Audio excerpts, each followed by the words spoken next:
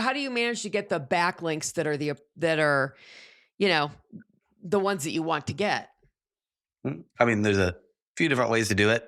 Mm, First, I would look at your competitors, spy on the competition, see who's on that right. first page of Google, look at all their backlinks, and then go after the quality ones. Not Got going it. after all of them, but focus on the quality. Because if they're on that first page of Hmm. Google, it's Hmm. more than likely because of those backlinks. So looking at all those backlinks, and then from there, there's only so many you get from your competitors because maybe they Hmm. got a backlink from 10 years ago. You're going to reach out to that Right. site. They're probably not going to get back to you, or it's not going to be easy to reach out to them. So you have to build new ones. Right. And ways to build new ones. I mean, a safe way is blogging on other people's websites. So Right. finding websites that are niche related. So not just any random website, but finding Hmm. websites that are related to what you're doing and offering them a free blog post. Essentially, so instead of blogging on your own website, you would give Right. them a blog post. Well, you would make sure you write it to their standards, make sure it Hmm. fits their audience. And Hmm. it's really just offering value, offering something that's Right. high quality and informative, not promotional, never promotional, Hmm. because once it's promotional, it becomes an advertisement and nobody wants to read that or will Exactly. post Yeah. that or they'll charge you. So Right. finding niche related sites and just offering that free value. You could also do like press releases or do podcasts or Hmm. do interviews or Hmm. get on like local directories if you're a local business, getting on like Right. Yellow Pages, MapQuest, Google Maps, Apple Maps, Bing Maps, all those different Right. ones if you're a local business. But it's just trying to find websites that are related to what you're doing because it's not really one size fits all. Every business is going to be Of different. So it's course. slightly different the Right. strategy, but overall relevancy and authoritativeness are the two big factors. Right. So, especially now that you've been in the business full time on your own for about the last, or on away from doing other work for the last 4 years, what impact would you say you've had on your industry to date? Definitely been doing it since 2007. So got in early and Right. been trying to offer a lot of free value. I mean, offering a lot of classes for free and have a lot of tutorials out there Hmm. that kind of show you how to do SEO Hmm. step by step. Like just Hmm. going on YouTube, searching my name, you can find all my classes that I've done in the past up there for free. So just trying to offer that Right. value and give back and Hmm. been doing it for a while. So just trying to help other people out and spread that Yeah. knowledge and essentially try to steer them in the right direction because you never know what's going to work or what's not going to work with SEO. And there's a lot of Hmm. misinformation about SEO or strategies that used to work, but no longer work because Right. it changes every single day. So it's just trying to stay up to date with all those changes. Could be a little tricky, but Yeah. Interesting. So, what would you say are the biggest challenges you're facing in your industry? I'm trying to And are stay up your to date with competitors facing the same challenge?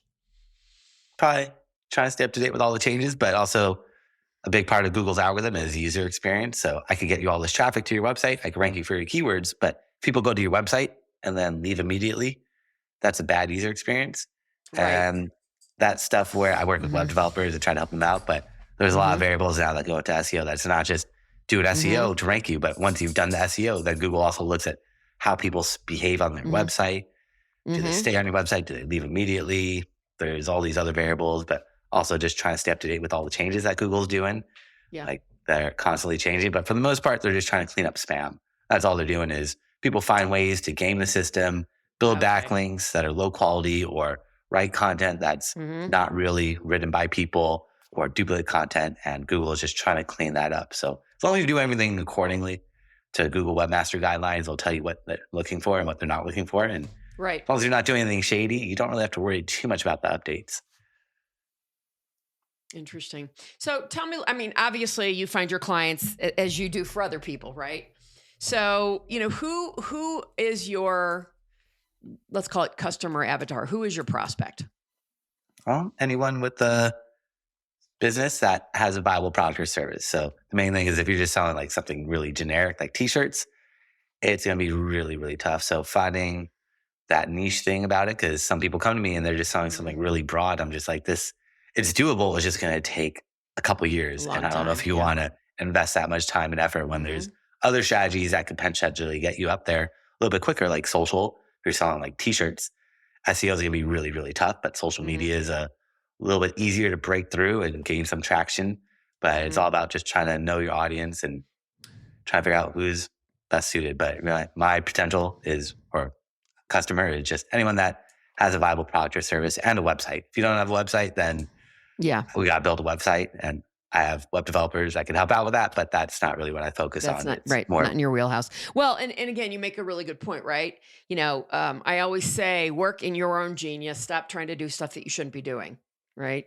The old jack of all trades, master of none, right? Mhm. So, I think it's really important for any leader to, stay within what they can do, and if it's something they can't do, make a recommendation to make a referral, right? Um, so that's kind of where my feeling is on that. And it sounds like you're certainly aligned with that. What do you see? I think I can predict the answer to this, but what do you see your clients wasting time and money on when they come to you? well, it just depends what they've done in the past, but if they're doing SEO, usually either Yeah. they're not getting any backlinks Yeah. or they're getting the wrong type of backlinks, Right.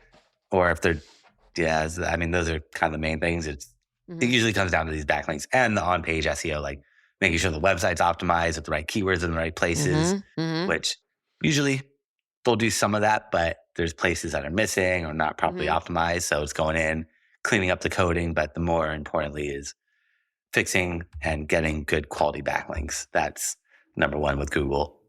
Right. Right. You mentioned early on, Brandon, the competitiveness of keywords. How do you determine that for your clients? What are the I'm right keywords to be using? I mean, do you just go to that first page and see what other people are using? Yeah, that's a good way to start is go into Okay. Google, search for your keywords. And if it's a bunch of corporate websites, then, I mean, unless you're a big corporation, then you might want to be like, all right, maybe let me skip these keywords. But if you see it's a bunch of Okay. small, medium-sized businesses and you're a small or medium-sized business, then go for those keywords. But it's all about really just going to Google, Mm, spying on the competitors, but also you want to do keyword research and figure out how many people actually search for those keywords every single month. So what I do is make a list of all these different keywords that you want to rank for and throw them into the Google Keyword Planner. It's a mhm. free tool from Google. Oh, And great. you can just put one keyword in there and it'll show you hundreds or probably 1,000 keywords related to that, synonyms, plurals, Mhm. other variations of it. And then you can go through and one by one look for keywords that have high search volume.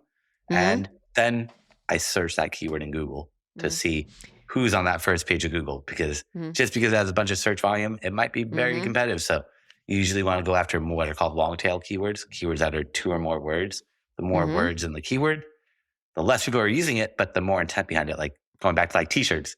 If you want to rank for the word t-shirts, what does that mean? Like Everybody, it yeah. doesn't mean anything. But if you rank for the keyword women's t-shirts, Long purple, size sleeve, medium, cotton, yeah, whatever. Yeah, yeah, yeah. then they're ready to make that purchase. They know Got what it. they're looking for. They have that intent. So Got it. even though that one might only have 20 people searching for it a month, those 20 people want to make that purchase. So Mhm. finding, even though it's not the highest search volume, it's also that intent behind it.